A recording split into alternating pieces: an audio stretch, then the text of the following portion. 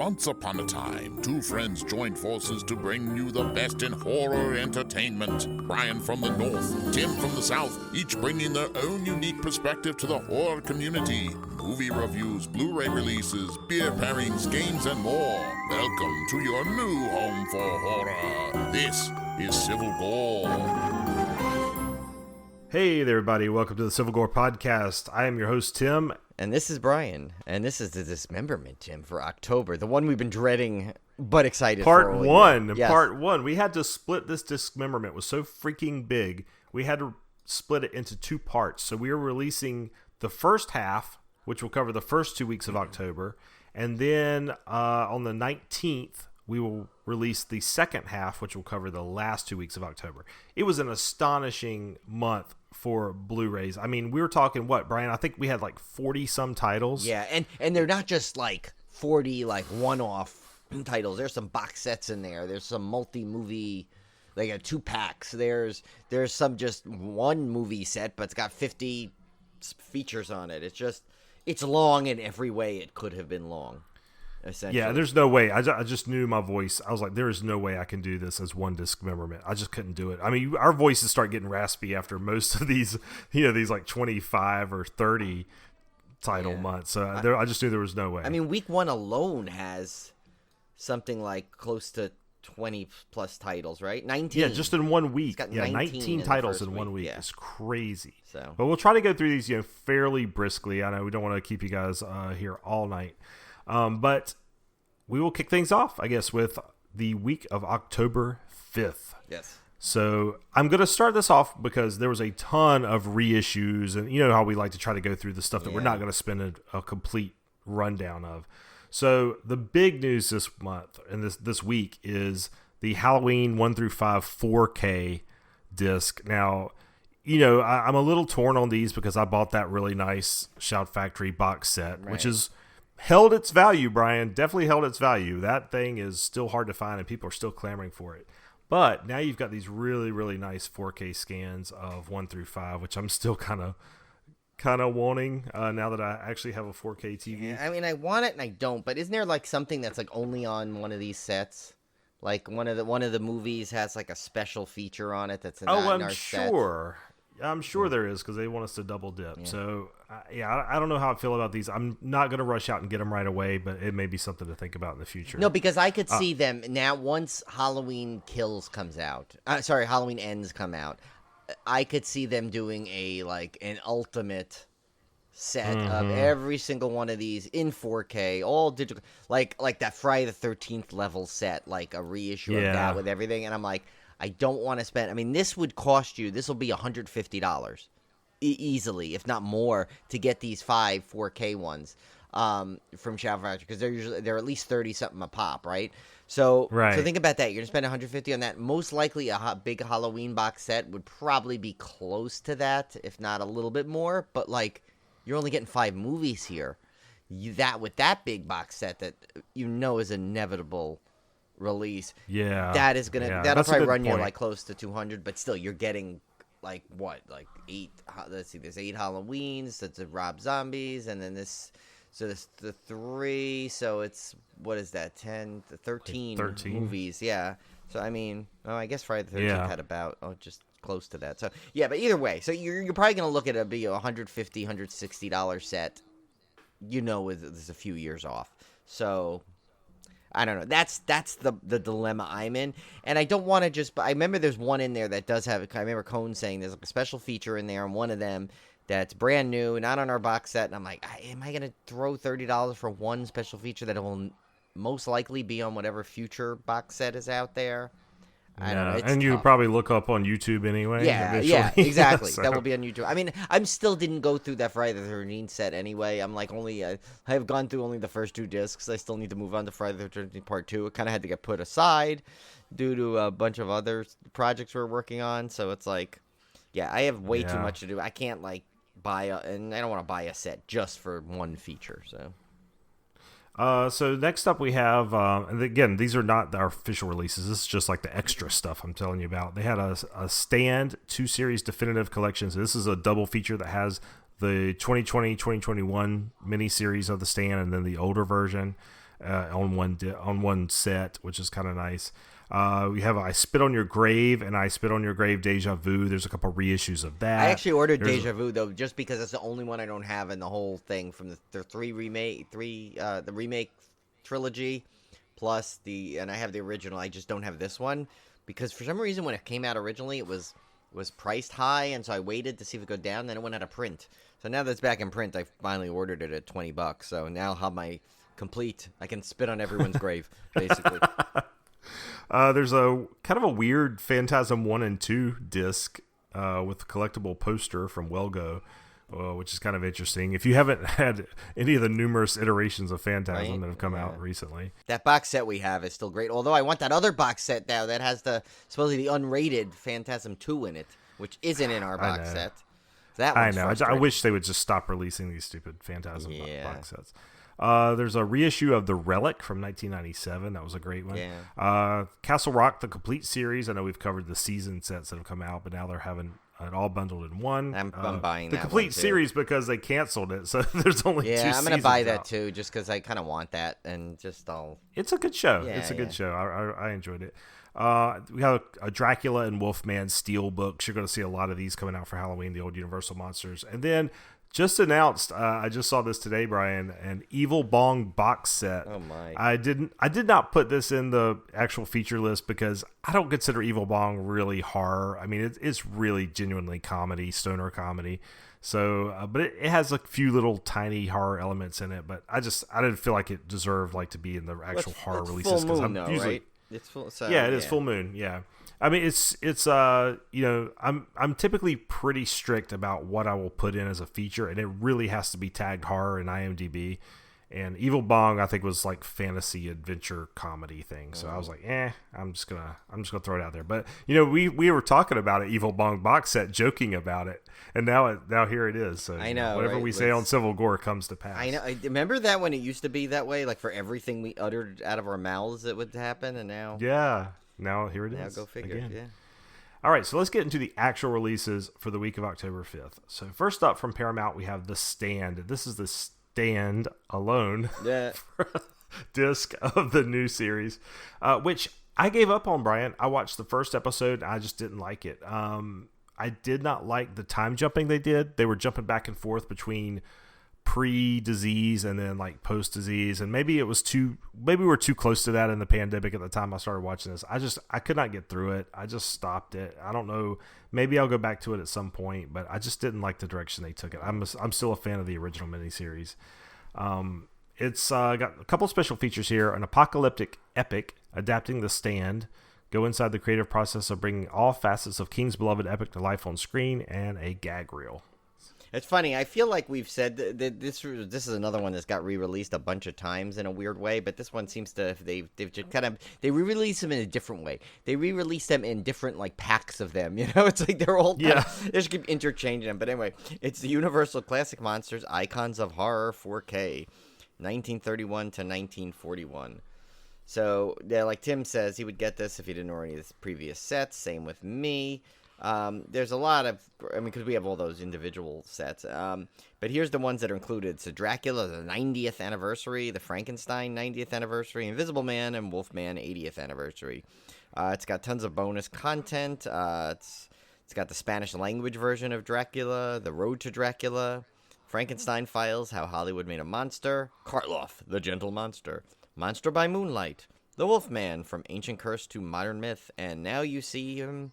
now you see him, the Invisible Man revealed. I almost said now you don't. I got caught up in the phraseology there. I think all these features are on our sets. They are. I don't think there's any. Yeah, I don't think there's anything here that's new. So, I mean, it's a great little package if you don't have any of those sets. But I would highly recommend those because you can get 5 versions or 5 copies of Abbott and Costello Meet Frankenstein. Yeah, literally. I don't even know what to do anymore with this. I still got to go through I haven't gone through the Invisible Man set or the Creature set, weirdly enough. I know, and I actually bought that little $6 DVD version of the whatchamacallit, the Abbott Costello Meet the Creature, which was that. Oh yeah, that were weird, it was it wasn't TV official. show. Yeah, it wasn't even a real All right, so number 3 here we got from Paramount, What Lies Beneath from 2000. I love this movie. I remember seeing this in the theater. So the summary here is, it had been a year since Dr. Norman Spencer betrayed his beautiful wife Claire. But with Claire oblivious to the truth and the affair over, Norman's life and marriage seem perfect. So perfect that when Claire tells him of hearing mysterious voices and seeing a young woman's ghostly image in their home, he dismisses her mounting terror as a delusion. I don't know why I like this stupid movie, but it's just one of my like weird guilty pleasure movies. Because of Harrison Ford? I guess maybe. Yeah, maybe it's just my Star Wars brain just cluing in on Harrison Ford. But I have fond memories of going to see this at theater. I think I saw it with my mom or something. Did you see the Norwegian version of this? Actually, it stars Harrison Fjord. Sorry, I couldn't resist. I know. We were in 3 titles in without one of these terrible bad jokes. I know it was due. I had to get going. The next one is Tim's pick of the week, so I'm going to skip ahead. And this one is Code Red, Trick or Treats, 1982. So funny. So now throw that into the confusion because we have Trick or Treat, and now Trick or Treats. So yes. All drastically different movies. But anyway, this one is a babysitter is stuck watching over a young brat on Halloween night who keeps playing vicious pranks on her. To add to her trouble, the boy's deranged father has escaped from an asylum and is planning on making a visit. This one actually is a fun trailer. This one looks like a really cool, cheesy, like 80s like horror film. That was like, it was obviously just like they all did. They tried to capitalize on a holiday. Obviously, Halloween was well taken by that point. But so they found a way to do kind of like I have a feeling though this could also almost be like I have a feeling this could have been an anthology segment that they just stretched into a feature length film. Easily at some way, but it still looks like actually a ton of fun to watch this. And Tim actually I used to have that exact skeleton, Brian. Yeah, that was on the door. I was gonna say you had to prop from the film actually. Yeah, I really did. I had that exact skeleton. I remember him. He was the one that had the little fasteners in his arms so you could like pose him whichever way, and he was a door hanger, and we had it for years when I was growing up, so that was kind of cool to see that. It was like a blast from the past. But now Parker Decomposi takes that role. Now I've got a 3D skeleton because it's the future. I think a lot of people had that at one point, that weird skeleton, but nothing beats Parker Decomposi, because he even does imitations of Barbara Crampton, remember? So we go So this one's got it's previous restored from the original camera negative, which was I guess they did that in 2015, which is pretty good because the trailer I saw looked like it was like really washed out. So it'd be nice to see a better version of this. This is one I'm surprised has never appeared on like one of Joe Bob's show. This looks like a total Joe Bob movie. At some point. I don't know that I've ever heard of it. I've heard of the Trick or Treat one, but I don't know if I've ever heard of Trick or Treats. I was surprised. Yeah, I don't think I've heard of this either, which is it probably just got lost in the shuffle, or we may have literally just thought it was the other one that we knew. But there's also so it's got an audio commentary which stars Jackie Giroux, which what a fun name to say there.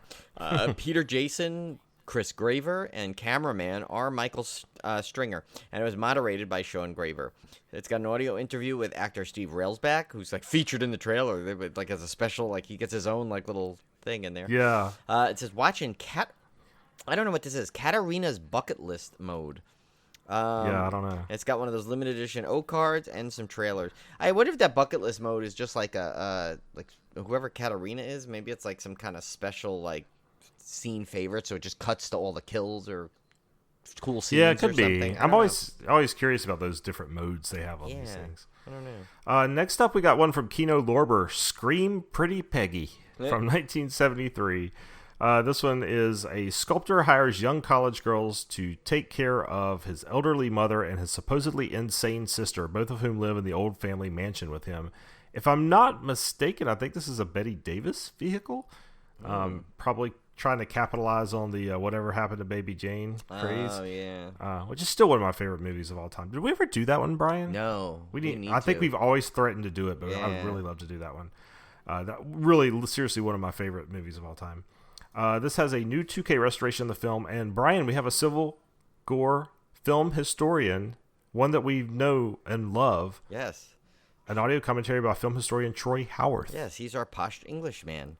And he's it's funny because he usually teams up with Nathaniel Thompson. They become like the Statler and Waldorf. But if they get added by Bruce Holchek, though, they become the Stygian witches from Clash of the Titans. And no matter how many times I say that, it cracks me up every time. I don't know why that's so It's funny. your brother's fault because he mentioned the Stygian witches once on his podcast on the Fox and the Foxhound, and that happened to be the night I think that we were Bruce Holchek made his appearance on our dismemberment, and the rest is history.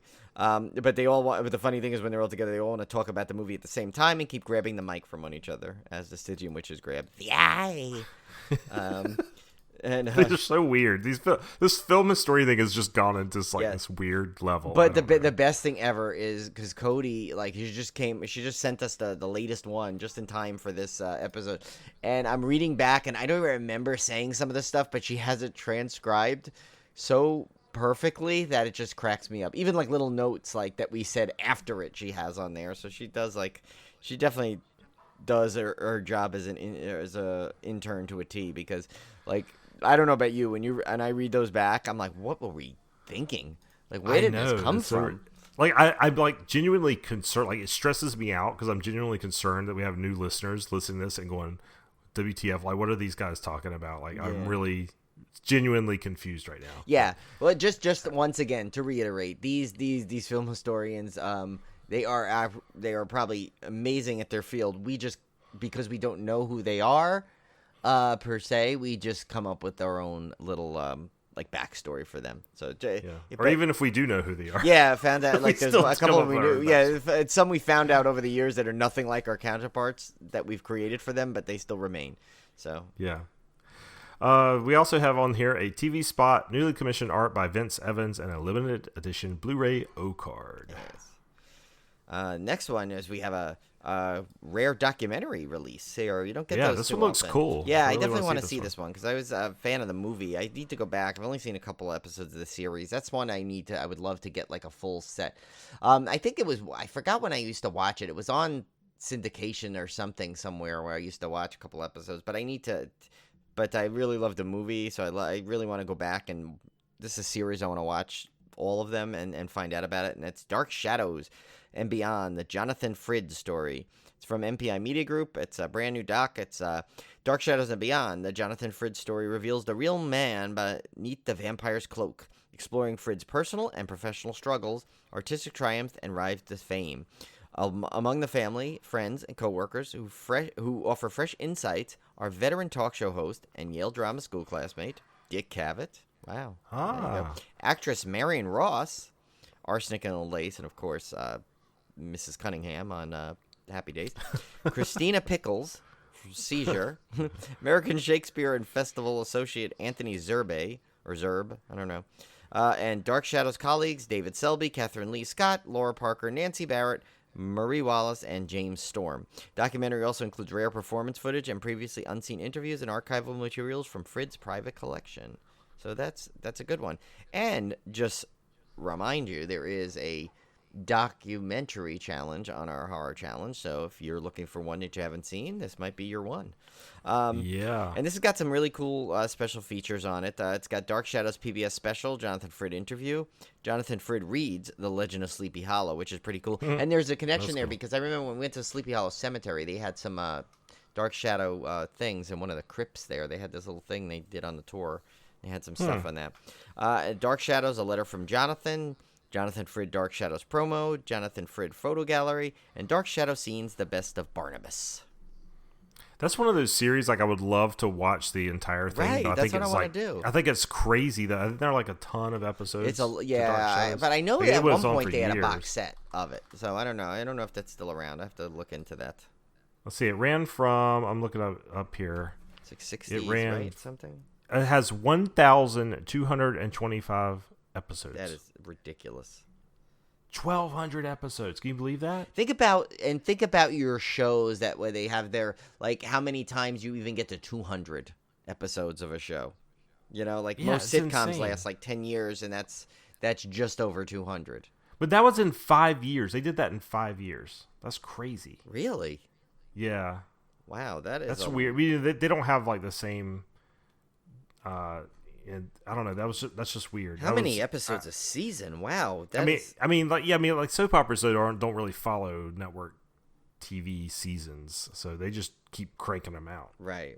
Yeah, because it was a true soap opera. So yeah, that's just crazy. I think I had looked that up one time before. I was like, oh, I'm gonna watch the whole Dark Shadows, and then I saw 1,200 episodes. I was like, nope, not gonna not today.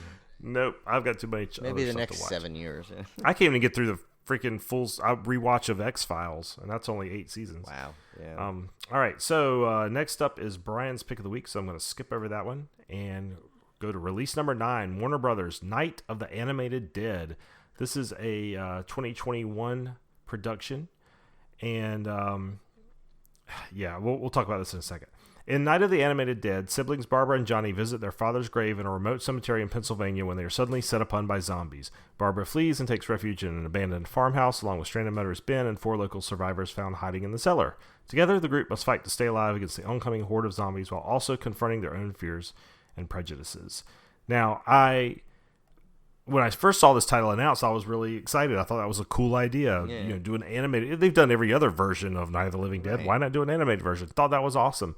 Then I saw the trailer. This animation, I'm sorry, and I don't like to badmouth anybody's work. I'm sure people work really hard on this, but this animation is rough. Yeah. I mean, it looks like a Flash cartoon, and for a property this beloved and this classic, I just question why in the world you're gonna do this to it. Yeah, I don't understand the reason behind it. If you were debuting some kind of brand new form of animation, I've seen that before, where you take a brand new form of animation, you take a familiar title, so it could be a little maybe less distracting because you're now going to just focus on the animation because you know the story well enough. But this one, I feel like this is like just going to distract, and because you know the story, so you're going to lose interest because the animation is as mind blowing as you would expect from at this day and age. Yeah, So. I don't know the story behind it. Like I said, I don't like to badmouth the movie I haven't watched yet. But Well, the making of is on here, so I guess you can find out. Yeah, so the extra here is Making of the Animated Dead. Join director Jason Axon and producer Michael Luisi as they regale fans with their careful process of honoring the iconic classic with their vision for an animated remake, including scene breakdowns and booth recordings with the cast. Like I said, I'm sure there's a lot of people working really hard on this. Just my first impression, the animation style really did not click with me at all. Right, there was no wow factor for it, but no. But next one is this is one that I don't know how we didn't see it. Not only did we get the screener, but it was on Joe Bob. It was one of the rare Joe Bobs I couldn't watch. So I knew it was on there, too. and I didn't get to see it. So this is one of these ones that I'm dying to see, and I'll probably just buy it anyway, even though it's still on Shudder. And that's Fried Barry from RLJ Entertainment, which of course does all the Shudder releases. Barry is a drug-addled, abusive bastard who, after yet another bender, is abducted by aliens. Barry takes a back seat as alien visitor assumes control of his body and takes it for a joyride through Cape Town. What follows is an onslaught of drugs, sex, violence, as our alien tourist enters the weird and wonderful world of humankind. And yeah, this one's kind of crazy, but it's so good. I've heard not one negative thing about this movie. And it's just the trailer looks amazing. Yeah, this is one of those ones that there's no explanation why I haven't seen it yet, other than just like a horrible mix of circumstances, or just like of timing and other things, and like it was like maybe it's just meant to just go to the monolith, so they just figured they're gonna force me to buy it, even though I probably would have anyway. But yeah. All right, next up we have an AKA, which we haven't had in a while. Yeah. Kino Lorber, The Victim, AKA Out of Contention, from 1972. A wealthy woman is trapped during a storm in a house with no electricity or phone. A killer has murdered her sister and stuffed the body in the basement and is now after her. We could not find a trailer on this one, so I can't tell you much about it. I'm not familiar with this movie. That was a trend this month, too. That was a weird thing. There were so many releases. There was a number of them that didn't have trailers, and either had the full movie or just like a whole 10-minute scene, which really doesn't help if you don't know the context. Well, this one does have a new 2K restoration of the film, audio commentary by critic and author Amanda Reyes, and Brian, I'll let you read about Amanda Reyes, our made-up biography of her. Yes, she is known for her amazingly rarely known facts about obscure movies. For example, she knows everything Dennis Christopher ate for lunch during his shoots. One time, her and Bill Ackerman, though, who was another film historian, did not know they were recording a commentary together, which they did once, apparently. And each tried to send the other out for Earl Grey tea, steeped for no less than 4 minutes, leading to a very awkward first meeting. So, yeah. Very detailed. I love when we blend the two fake film historians into a third alternate scenario that they were in, you know. Newly commissioned art by Vince Evans. And Vince Evans is working overtime over there at Kino Lorber. Yeah. And then limited edition O-card. Yeah, we should have got stock on O-cards. Yeah. The next one is another Kino Lorber, and it's a screaming woman. It says a woman recovering from a psychotic episode returns home to her lavish estate where one day she hears the desperate screams of a woman coming from under the ground. Considering her mental instability, no one will believe her, and her treacherous family takes advantage of it, trying to wrest control of her estate from her. Okay, so this one's got typical Kino Lorber. They do a good restoration, so there's a new 2K restoration of the film, and it's got an audio commentary, Tim, by critics and screenwriter Gary Girani. We haven't heard from him in a while, but it's been I don't even remember who Gary Girani is. Yeah, no, he's like as cool as they come. He's the one that they walks into the room and everyone just goes to him because he's that cool. Likes to go by like GG or Double G. And he wears open-chested velour top so his perfectly coiffed chest hair can have its moment to shine. Commands the room from his personality to his chest hair. Obviously a ladies' man. Okay. Some people, like, you know, who knows? Maybe they like their fake personality better. We don't know. I don't know. Yeah, maybe. We work hard on these, you know. This is the reason why we don't have film historians as guests. That's right, and probably never will. Oh, yeah. Vince Evans also did the art for this one, Brian. Sorry, yes. And then it's another limited edition Blu-ray O-card. In fact, I think the only way we'll ever get a film historian on is if you or I become one. Yeah, I think so. Yeah, we've burned our film historian bridges a long time ago. Oh, yeah, that's gone. We're plummeting at this point. Next up from Cauldron Films, The Collingswood Story from 2002. My name is Rebecca. I'm reading the synopsis, by the way. I'm not going crazy. Yeah, you're not. My name is Rebecca. No. My name is Rebecca. When I left for college, my ex, John, thought webcams would help us keep in touch. It does, but also leads us to a dark secret when we meet and cam with Vera Madeline, an online psychic who warns rituals are being performed in the house I moved into. Okay, like anyone out there should believe some online psychic. That has got to be the weirdest description. That's so weird. There was that one that had all the weird wordings, but this one doesn't make sense because this is like they just took a line of dialogue for the movie and threw it. This is like they're making you perform a monologue from Rebecca's point of view. I don't know. It's like really super meta film. That's what it is. Really is. They want you so interactive that you basically have read a line from it and now are in the movie without you knowing it. I hope my reading did Rebecca justice. I think so. Anyway, you made a good Rebecca. This one. It's super low budget, but I'm still kind of interested in it. It was remastered by director Michael Costanza, no relation to George. And Cartwright! Has interviews with Stephanie Dees, John Burton, and Grant Edmonds. A continuity set Polaroids image gallery, behind the story featurette, director commentary, trailer, 2 double-sided mini lobby cards, limited edition only.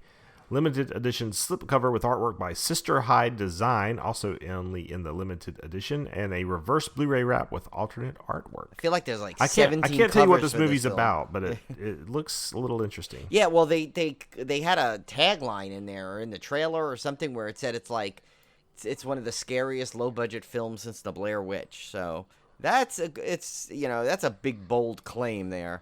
But I have to say the trailer looked interesting. It looked like it was obviously it's going to be one of those where they're taking the current technology and exploiting it for the fact of the thing, so it may not age well when we have some other technology that we use. And it's always got Tim's bugaboo there where it like dates it so strongly. And but you know what? I mean, I definitely give it a shot. It looks pretty interesting. But it was from 2002, so it was 20 years old. Oh, that's true. Already. Yeah, so it's not like it's that current. So yeah, no, I would give this one a look for sure. Yeah. Oh boy, with this next one. Okay, so this one was called. It's from Unearthed Films. It's Star Vehicle from 2010, which. I mean, I get that it's funny because I think we should actually give this more credit because it uses one of our favorite words, which Star Vehicle, which when I first saw it, I literally thought they meant a vehicle, but then when you see the trailer, it really means vehicle the way we use vehicle. Yeah. But anyway, I'm gonna read to you this description here. Because whatever you do, don't yell cut. Don is a chauffeur and a movie buff who takes his job seriously. Very seriously. When his latest assignment takes him to the set of a low-budget horror film, he's overjoyed to learn he'll be driving Reversa Red, his favorite B-movie scream queen. While driving his beloved idol, Don assumes the role of bodyguard and turns fiercely protective, especially after learning Reversa as a stalker. Hell-bent on protecting his queen and fueled by paranoid fantasies, Don's usual temper tantrums go to fatal extremes. Soon he proves to be not only Reversa's biggest fan, but her worst nightmare as well. Bleeding Lady confirms... Oh, that's good pun. We should respect this film more. I mean, right? That was pretty good. Yeah. Bleeding Lady confirms cult director Ryan Nicholson as the king of cinematic sleaze, cinesploitation, and serves up plenty of blood-splattering gore, nudity, and dark humor. As Horror News Net puts it, Bleeding Lady delivers the goods. So wait, is that the other nickname to this movie? That's another. Yeah, Lady? I think it's a person. Oh, okay, I see. It doesn't have any special features, but this trailer is kind of wild. It looks really, like, low budgety and crazy, and not sure exactly. Like, if you saw the trailer, but you'd be, like Tim said, it looks really rough. I'm not even sure what it is, but reading that description and using the puns they use, I'm actually like, it cocked one of my eyebrows, to like. It's super low budget, but it's like maybe in an entertaining way. I don't know. Yeah. Okay, so Tim, you're going to need to take a deep breath, I think, before you read this one. Oh, yeah, I don't even have a drink for this one. Okay, so this one has no extras that I could find, and I can't find a trailer. So you're just going to get the synopsis, which should be more than enough for you. Yeah, This is a Yellow Ape Productions. That's a new one. That is a brand new production company for us. Movies for the Midnight Hour. This is I'll just read the description for you. Buckle up. Picture yourself at the Moonlight Drive-In at the end of the road or in the grimy grindhouse of your choice. Get yourself the biggest box of greasy, buttery popcorn and a giant bucket of soda, perhaps with a little something extra. Oink, oink. And settle in for a midnight movie festival of deliriously epic proportions. Cult filmmaker Jim Haggerty unleashes his full collection of short films. Some are scary, some are funny, some are serious, some are sexy, some are trippy, some are retro, but they're all movies for the midnight hour. Cold Dead Hand, a girl from the wrong side of the tracks discovers something in the fridge and more might be waiting. Haunting Day, the long-lost film everyone's heard of but no one's ever seen. Yellow Ape unearths the only known print of this macabre gem. Reunion, a chance meeting between two former classmates brings to life old feelings and perhaps a second chance. What does fate have in store? The Announcer, a hilarious and terrifying statement that society is being corrupted and usurped by materialism and greed in the framework of a cheesy horror movie. House Witch, when a neglected housewife is left all alone in the new house she thinks is haunted, she's in for a change. The Nutcracker, creepy leftover Christmas decoration creates a nightmarish weekend for a young woman house-sitting alone. Creature, a woman's life seems to have descended into a white trash circus when her trampy daughter runs off with her sleazy boyfriend. But what is that green slime in the bathtub? House Witch 2! The House Witch returns to seek revenge on the sleazy real estate mogul who sold her the haunted house. Frank, a troubled woman accepts a date from a strange older man not knowing what he has on his mind. A modern variation on the Frankenstein tale. And they saved the best for last, guys. Yeah. The Horny Ape. Not to be confused with Serial Apist. Yeah, definitely not, or Serial Apist 2. The Horny Ape. A wacky silent film like you've never seen. When Kitty's husband goes hunting, she finds an escaped ape is hunting her with love on his mind. Oh, that's never good. But I gotta tell you now, I kind of want this now. It's so crazy, I kind of want it. I know. I really do. It just seems like a lot of, like, crazy fun. Like, it's like one of those ones you like totally, like, pop on, like, have a couple of beers, and you'll be, like, enjoying the hell out of that thing. Next one is by the Cohen Media Group, not Cohen, but Cohen Media Group, and it's The Awakening. You saw this, Tim. I never saw this, but it looks really good. This is a great movie. Yeah, this is 2011, and it's I can't remember the name of the actress in it, but I really like her. Rebecca Hall, right? I think Rebecca Hall, yes. And it's one of those period pieces, like period ghost stories. you see on occasion, but it's really, really well done. You would like it. Oh yeah, no, the trailer makes it look really cool. For those who don't know of it, though, it's in 1921. England is overwhelmed by the loss and grief of World War I. Hoax exposer Florence Cathcart visits a boarding school to explain the sightings of a child ghost. Everything she knew unravels as the missing begin to show themselves. And remember, if you start this movie, they're gonna keep emailing you that your Cathcart is waiting for you. So sorry, that was terrible. Oh, why'd you let me say that one? Okay, it's got a couple of features: deleted scenes introduced by director Nick Murphy, A Time for Ghosts featurette, and oh my God, I'm struggling today. Anatomy of a Scene: Florence and the Lake. You know what I liked about this one is that, most of these that take place in this time period, 1920s, you think would be about spiritualists who believed in this stuff, and she plays a spiritualist debunker.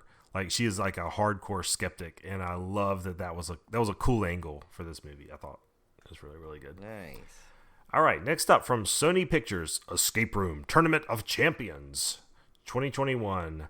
6 people unwittingly find themselves locked in another series of escape rooms, slowly uncovering what they have in common to survive. Joining forces with 2 of the original survivors, they soon discover they've all played the game before. I need to check out this series, even though I think I originally dismissed it because I just felt like this is just Saw. It's just a Saw clone, but maybe not as gory. But I don't know, something about it looks like maybe it's kind of like goofy fun is what I thought maybe it would be. I don't know. Yeah, this the only thing that's like this trailer has this thing has like one of my pet peeves, and that's like when I hate when they say the title of the movie within the movie in dialogue, especially when it's like something that shouldn't be in dialogue necessarily, like this one, and this one even doubles down by putting it in the trailer, no less, which drives me crazy.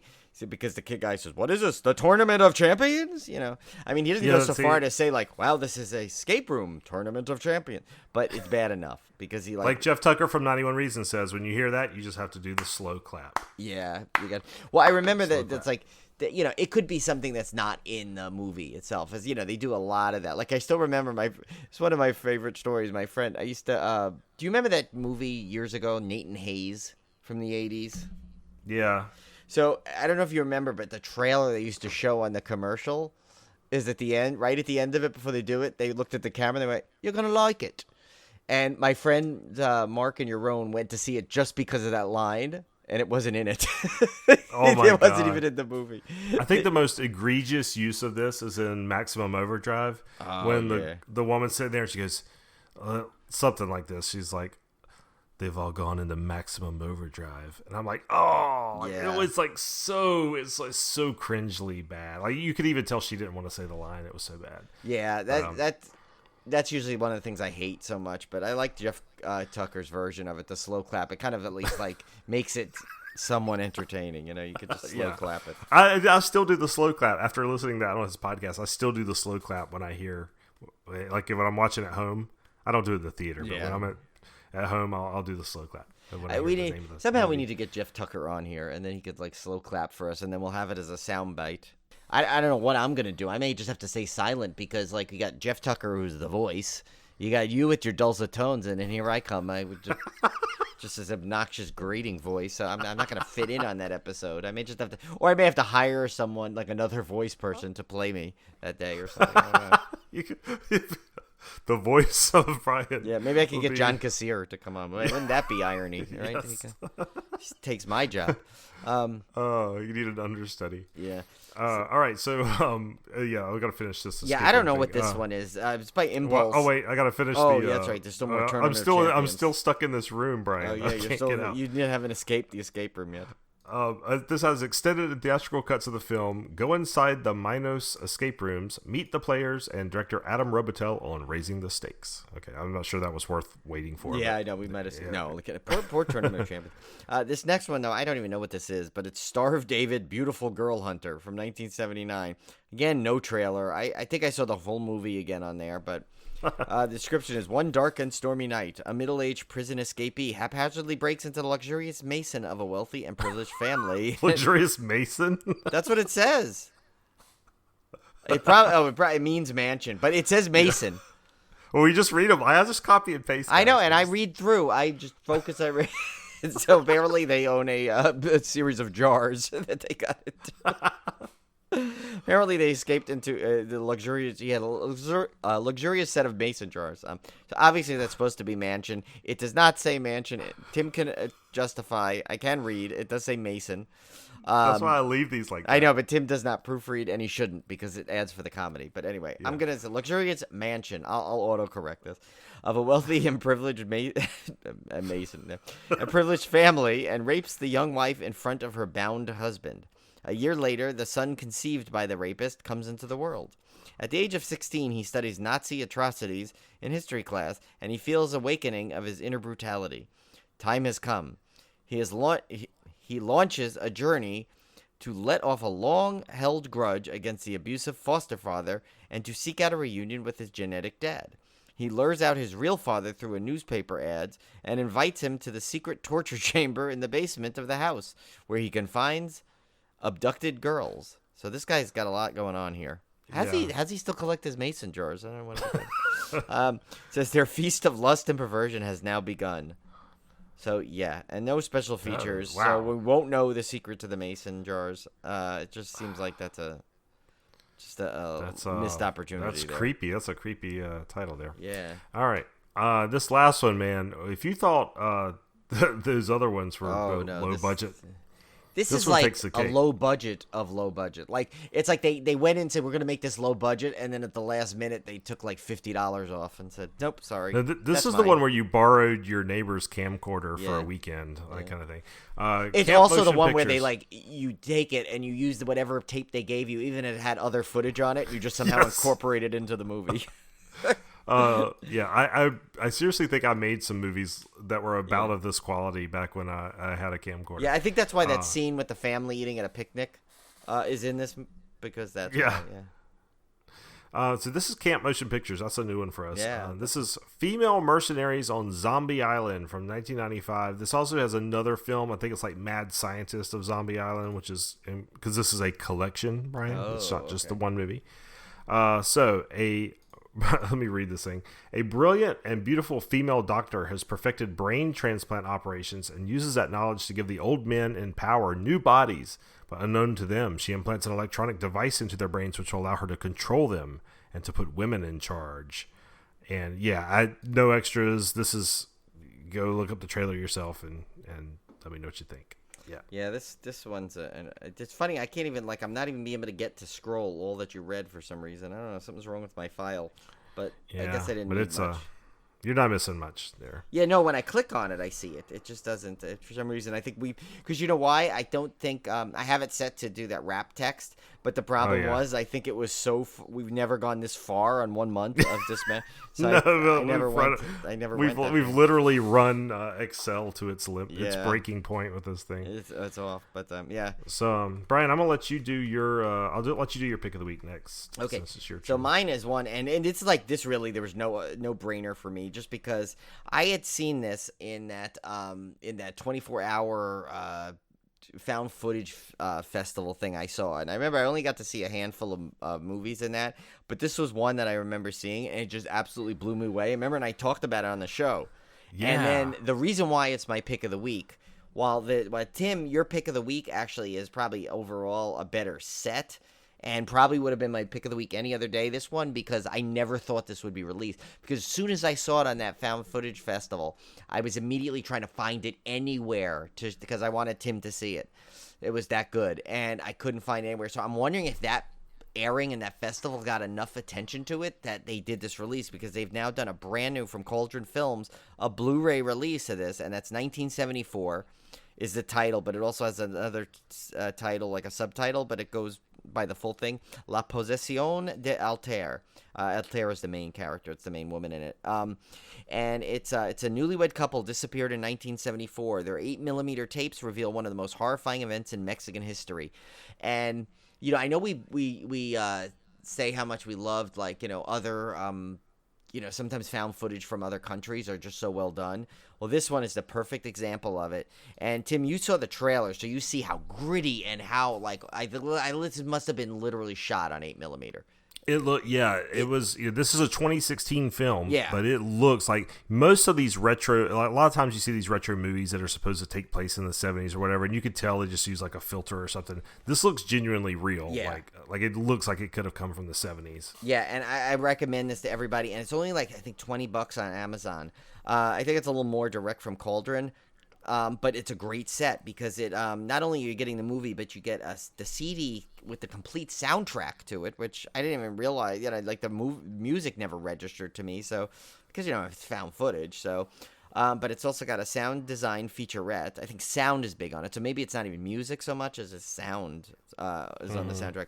It's got a double-sided mini lobby card, limited edition only, which I think I ordered. Even if I don't get this stuff, I don't care. I know my version that I ordered on Amazon comes with the CD soundtrack at least. It's got high-quality side-loaded slipcase and reverse Blu-ray wrap with alternate artwork. I'm fine with literally just the movie because I just loved it so much. I've been dying to see it again, and the fact that it's now a home release is very exciting. So, yeah, Tim, I know you haven't seen it yet, so you don't know, like, you're just hearing from me, but like there's one movie that I think you'd probably be happy with purchasing blind. This might be this one, especially because you get it for $20. I'm hoping it hits one of the streaming services, but it's really good. Definitely one of my favorite found footages I've ever seen. So wow, that's high praise. Yeah, I definitely want to see that one. So my pick of the week, I was looking over the list of the ones this week. There's a lot of good titles, but there's just nothing that really stood out for me as being like the one that I would actually pick for the week. The reason I picked this one is because, of course, Elvira, Cassandra Peterson, is in the news these days because she came out. And she's got that great book too. I mean, she's like she is as relevant as ever. I mean, she just had a Shudder special, for God's sake. You know, it's and I hope it's a routine. Like I hope it's like her and Joe Bob now just have repeated specials and shows on Shudder. Yeah, with her in the news, I was like, I mean, this is like I have to pick this one. I mean, this is like perfect timing for this release. So Shout Factory has released Elvira's Haunted Hills from 2001. I didn't even know anything about this movie actually until Shout Factory announced this. So this is a comedy in which a woman traveling through Europe finds herself trapped in a sinister castle and fighting for her life. Elvira, Cassandra Peterson, is headed for Paris in the company of her maid Zuzu, Mary Jo Smith, when they come across Lord Vladimir Helsubus, Richard O'Brien.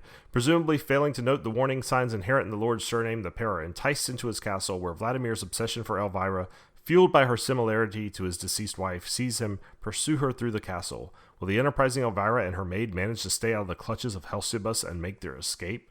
I've never seen this one, but it's like it's so like the campy and silliness of Elvira that I love. It just looks like it's just kind of chock full of that. So I think it'll just be a fun one to have.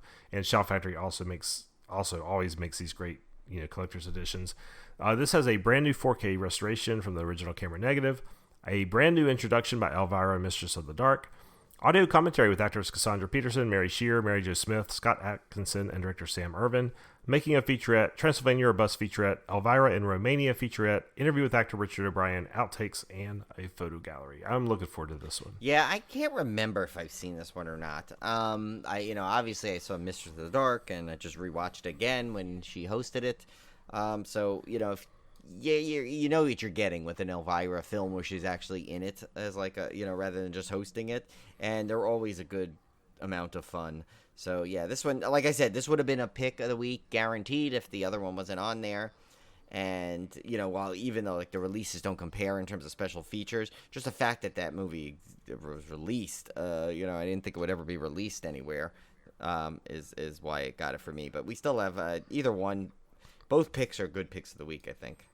Yeah, for sure. All right, so let's recap the week of October 5th. Yeah, folks, that was all 1 week. So we had The Stand, that's the new miniseries. Universal Classic Monsters, Icons of Horror 4K. What Lies Beneath. Trick or Treats from 1982. Scream Pretty Peggy from 73. Dark Shadows and Beyond, the Jonathan Frid story, a great documentary from 2021. Night of the Animated Dead from 2021. Fried Berry from 2020. The Victim, a.k.a. Out of Contention from 72, The Screaming Woman from 1972, The Collingswood Story from 2002, Star Vehicle from 2010, Movies for the Midnight Hour, which is a short movie collection of cult filmmaker Jim Haggerty, The Awakening from 2011, Escape Room Tournament of Champions from 2021, Star of David, Beautiful Girl Hunter from 79, Female Mercenaries on Zombie Island from 1995, Brian's Pick of the Week, 1974, La Possession d'Alter. You heard it here, folks. One of the best found footages he's ever seen. Yes. And my pick of the week, Shout Factory's Elvira's Haunted Hills from 2001. Yes. Ooh, big week. Big week. Yeah. It's funny. The next week is not so much, but it picks up again later. Yeah, they finally gave us a little break for the second week of October. And Brian, my voice is shot, so I'm going to give you the honors of doing our first release here for October 12th. Okay, and we got our pick of the week too is a doozy. It's gonna take a while. We're gonna have to alternate that one. Yeah. So we'll start with Shout Factory's Deadly Friend from 1986. I used to love this one because it has Mama Fratelli in it. And it's also stars fake Buffy. But Paul is a new kid in town with a robot named BB. It's like BB-8. Okay. He befriends Samantha, and the three of them have a lot of good times together. That is until Samantha's abusive father throws her down some stairs and kills her. In an effort to save her life, Paul implants BB's computer brain into Samantha's human brain. This was one that my friend Mark and I used to watch all the time just for one death scene alone, which I will not share. So, Tim, if you haven't seen it or anyone else hasn't seen it, would enjoy it. And Tim basically said it's the weirdest Goonies sequel ever. That's because, of course, as aforementioned, Mama Fratelli is in it, and she plays like a Mama Fratelli character in it too. Of course, I mean, she's always the same. Like, oh, he loves his mommy. Like in yeah.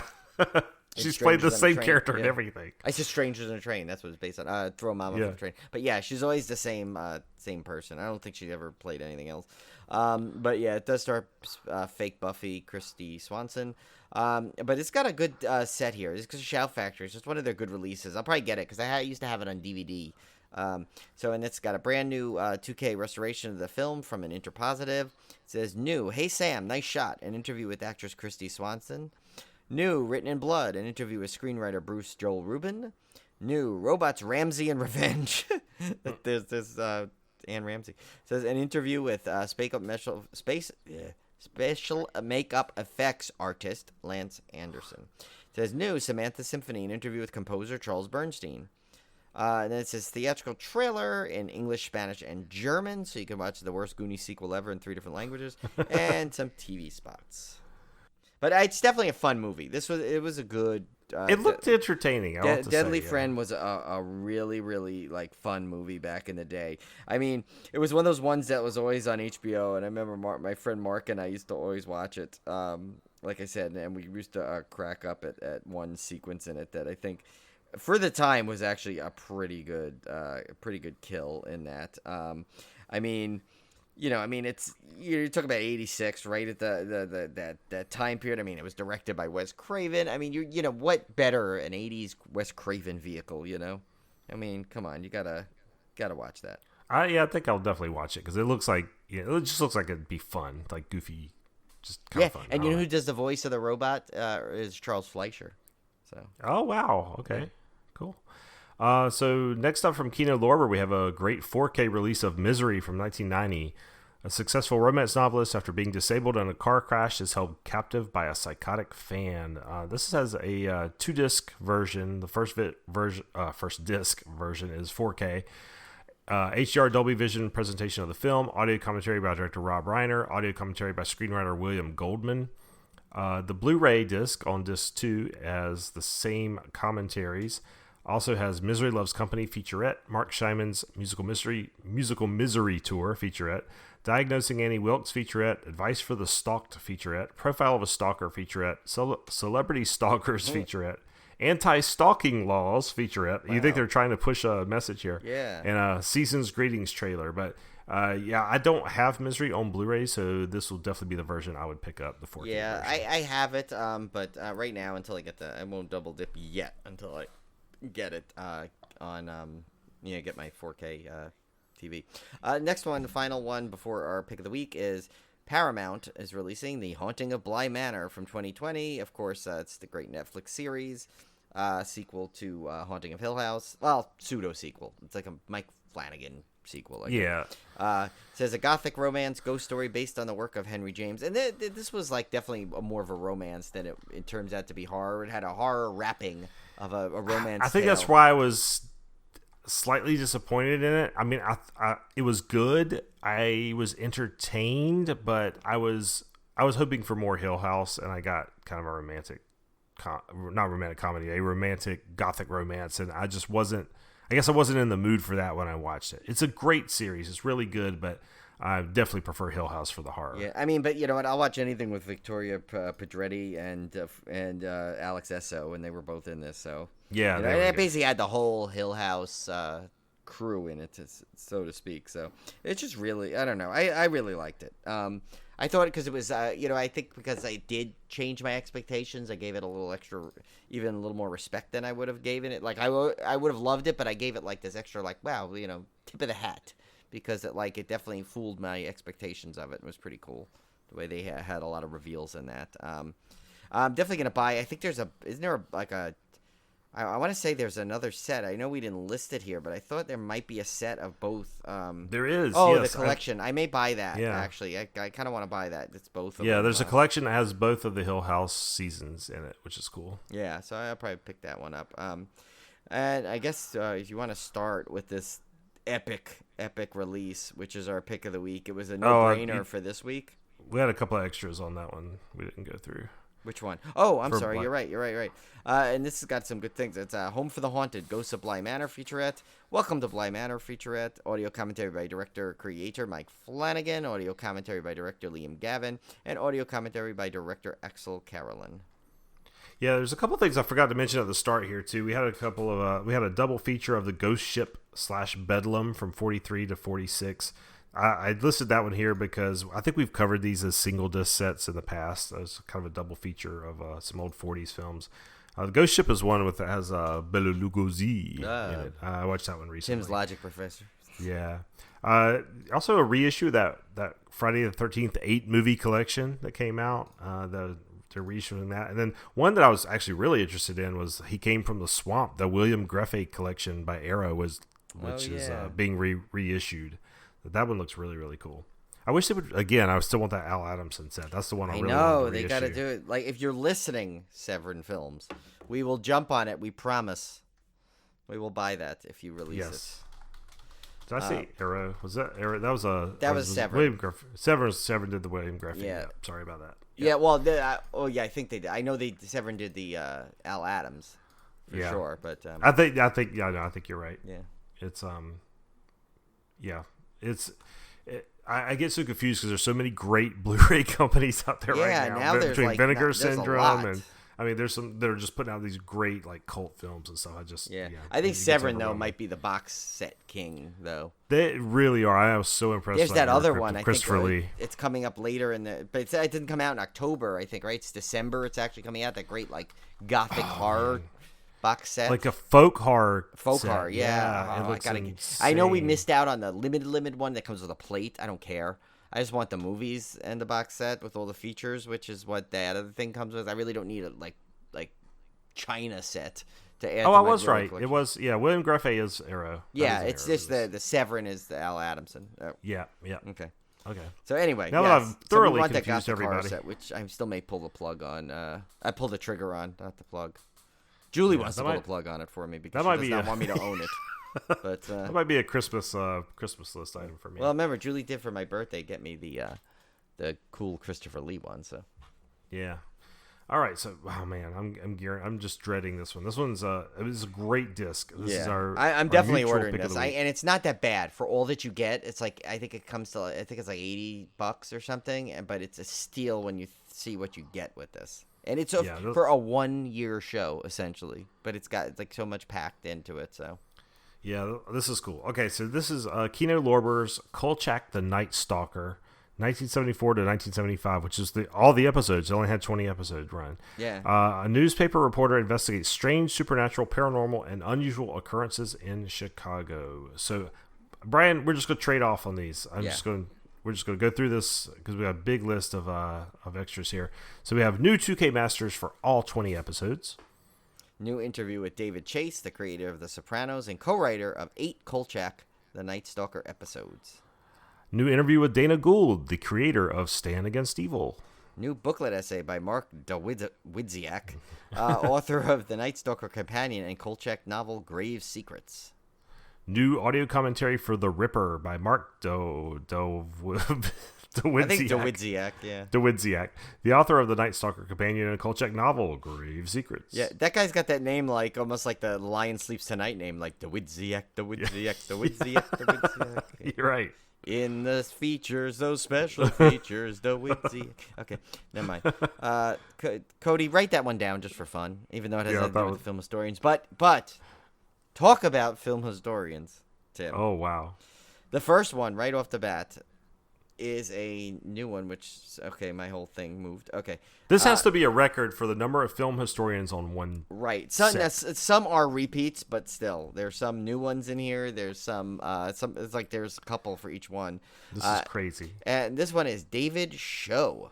And he's a new one, but I did find out about him. So it's basically whenever he does a commentary or speaking engagement, he turns it into an elaborate multimedia and musical extravaganza, Tim. Did you know that? And he opens all of them by saying, "It's showtime." So, yeah. Or is it shall? Maybe he'll say it's shall time. It could be show time. Either way, it works. New audio commentary for They Have Been, They Are, They Will Be by novelist critic Kim Newman and writer-journalist Barry Forshaw. Now, of course, we know Kim Newman does not get a biography because Kim Newman was grandfathered in before we started doing these.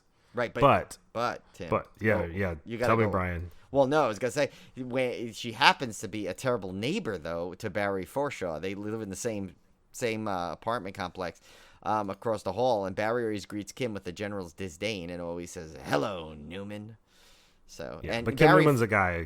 Did I say she again? Yeah, he said she. Oh my again. God, what the heck? Why can't I get? You know what? I get it confused with Kat Ellinger. That's why. Yeah, we always got confused with Kat Ellinger. Yeah, Barry Forshaw, though, he's a thin, neat, tidy fellow who greets his neighbor across the hall, Kim Newman, with the general's disdain, as we said earlier. So, yeah. Yes. All right. That was mine. Okay, yours is next, Brian. Oh, that was your. Oh, yeah. Right. Then we got another new audio commentary for The Vampire, a film by film historian Tim Lucas, which is a Southern gentleman redneck. Yeah. In my mind, he's just basically Joe Bob. Yeah, he is. In some ways. New audio commentary for The Werewolf by filmmaker historian Konstantin Nazer. And, of course, his brain was transplanted into Johnny Five from Short Circuit. But why, Tim? Do you remember why? I don't remember the details of these. Because remember he goes, "Come on, Nazer lips." Remember that we had that? So. Your mama was a snowblower. Yeah, we have all that in there. So, next one, David Show or Shao, whichever you want to pronounce. He's back. He's got a new audio commentary for Firefall. So that's another episode. I like that how each episode has its own film historian in this thing. Yeah, that's cool. So buckle up, we got a lot. New audio commentary for The Devil's Platform by filmmaker historian Konstantin Nazerlips and screenwriter-producer Rodney Barnes. Then the next one is a new audio commentary for Bad Medicine, film historian and screenwriter Gary Girani, who we mentioned earlier. He's got his coiffed chest, and he's watching a bunch of Night Stalker episodes. New audio commentary for The Spanish Moss Murders by film historian and screenwriter Steve Haberman. Haberman does whatever a Haber can. I'm starting to learn these. I know you're on point now. With the more you get it, and I think it's like part Cody doing a great job of kind of like recanting these for us on our spreadsheet. Okay, so the next one, that was which one was Haber. The next one is new audio commentary for The Spanish Moss Murders by film historian Steve Mitchell and screenwriter producer Cyrus Voris, and that's a new one again, Steve Mitchell. And he's the everyman's film historian, Tim, if you didn't know. He's super down to earth, give you the shirt off his back unless it's his limited edition autographed by Darren McGavin Kolchak the Night Stalker t-shirt. So, all right. New audio commentary for The Energy Eater by Mike White and Chris Stachu of the Kolchak Tapes podcast. Oh, that might be interesting to listen to. I know. It's another podcast. It gets its due before us, but yes. Well, granted, they were directly. I know, yeah, they could subject matter of the. Like, what would we even go towards? I don't even know. I guess if there was a 2001 Maniacs, right, because of the Civil War reference. There's like a disc of bad Richard Dreyfuss impressions, maybe. Yeah, that's true. Is there one? We gotta see. Next one is new audio commentary for Horror in the Heights. Film historian, once again, screenwriter Gary Girani. He's back. New audio commentary for Mr. Ring by filmmaker historian Steve Mitchell, who's back, and screenwriter producer Cyrus Voris. Yeah. And they're back again with the next one. They do Primal Scream by filmmaker for Steve Mitchell and screenwriter producer Cyrus Voris. I think they just kept the tape running. There was at the end of the day, they couldn't bring anyone else in. They just let them do a couple in a row. Got Amanda Reyes is back with a new audio commentary for the Trevi collection. Yeah. Then our two favorite neighbors back for that's Kim Newman and Barry Forshaw. They're back for the audio commentary for Chopper. They're also back for the audio commentary for Demon and Lace. And then Mariner Reyes comes back into the room once again for the audio commentary for Legacy of Terror. Then we've got a new one here, new audio commentary for The Nightly Murders by filmmaker historian Michael Schlesinger. Now this one you'll find interesting. I did a lot of research on him. So Michael Schlesinger, he likes to speak identical to another famous Michael, which is Michael Caine. And he always tries to work the title of a Michael Caine film into much of his disdain of, to much of the disdain of all his friends who were quite tired of it. And I found actually examples of this, believe it or not. His friend posted about it. They basically said, like, one time they were at a fast food restaurant, and he said, "Wow, you really are dressed to kill." But he did it in the "Wow, you are really dressed to kill." And then sometimes he always wants to go to his favorite watering hole by stating the reason is because the cider house rules. So, God. That was terrible. Okay, but I don't make these up, even though I do. Okay. Yeah. New audio commentary for The Youth Killer by novelist critic Kim Newman and Barry Forshaw. And finally, the last audio commentary on this discs of audio commentaries. It is the one for The Sentry, and that's by, once again, returning coiffed chest hair man Gary Girani. We got new 2K Master TV spots of The Devil's Platform, Bad Medicine, Spanish Moss Murders, Energy Eater, Horror in the Heights, Mr. Ring, Primal Scream, The Trevi Collection, Chopper, Demon and Lace, Legacy of Terror, The Nightly Murders, The Youth Killer, and The Sentry, and newly commissioned art by Mark Maddox. And that rounds that disc off. That's a huge, for one season of a TV series, that's a pretty darn slammed disc there. Yeah, and for a show I've never seen, I want this set so badly just because it's such a cool set. I've never seen this series either, and I really want to watch it. I mean, I love Darren McGavin, so it's not like it's a total stretch. I mean, and I've heard of it. I've heard of it. My neighbor, the one that listens to our podcast, she always told me about it. She goes, "Have you ever seen this?" And I've always been dying to see it. And then I guess remember YouTube had some episodes, I think, right, Tim? We saw, but I never really watched it. So, but this is something I'm just gonna have to get though. All right, so to round out the week of October 12th, we had Deadly Friend from 1986, Misery 4K edition from 1990, The Haunting of Bly Manor from 2020, and our pick of the week, Kolchak, The Night Stalker, great Kino Lorber set from 1974-75. It's pretty much every episode has an extra or a commentary associated with it, which is really, really cool. Even though it's just one season, it would take you a while to get through that set. Yeah, and I this is one that I think will be a fun binge watch that I could do one time. Yeah. So, we'll see you back here again. This was only half of our October Dismemberment because this month is so packed with horror discs. So look for our next episode for this to drop on October 19th, which I believe is that will be the third Tuesday in October 19th. That will be our second half, and we will get you through the rest of October and into Halloween.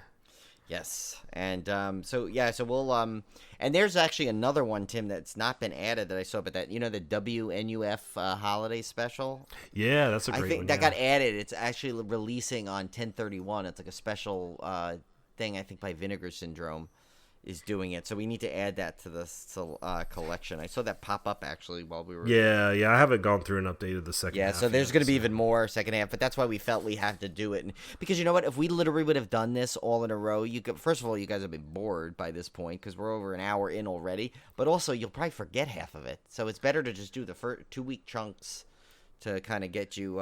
You can make your pre-orders for the first 2 weeks, and then you'll be ready for the second. Yeah, absolutely. All right, guys. Well, we will see you back here soon.